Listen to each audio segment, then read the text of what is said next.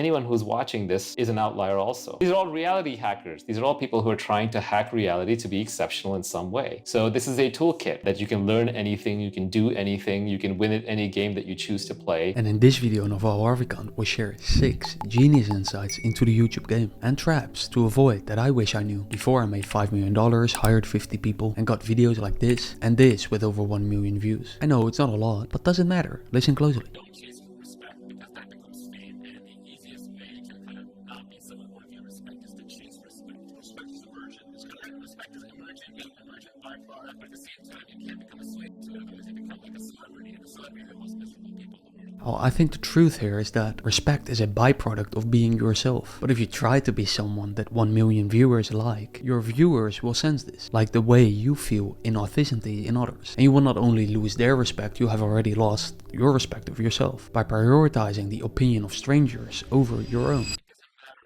who listens to you, likes you, as long as the right people, the people that you listen to and like you, that's what matters. So I would rather have the respect of 10 people who I respect rather than respect of the masses. This is a popularity contest. And sure, that made more sense in monkey times, but in modern times, I would argue that having the right 10 people listen to you is far more important than having everyone listen to you. Like Naval once said, if you want to make the wrong decision, ask everyone. 2 other truths here are that the more you chase popularity, the more you become a product of other people's opinions. And to go viral, you need the approval of a lot of people to click and watch your video. This creates restrictions on many things, like your topic, title, thumbnail, script, and so on. And the more rules you have, the less enjoyable it becomes to create videos. Talking about thumbnails, you can download my free thumbnail templates pack below. So you can create thumbnails like this, and this in minutes. Again, completely free. I've noticed with podcasts that people, they have to keep fresh material. It's hard, right? Getting on these things is hard regularly because you need to talk about something. And so podcasts seem to go down a couple of routes. One is they have like a single topic, like the history podcast. I don't have a single topic, nor do I really care to build a brand in any topic. So for me, that doesn't work. Another thing they do is they bring on guests, but a lot of people have said no guests. They just want me to talk, and I'd rather talk directly to you guys than to guests.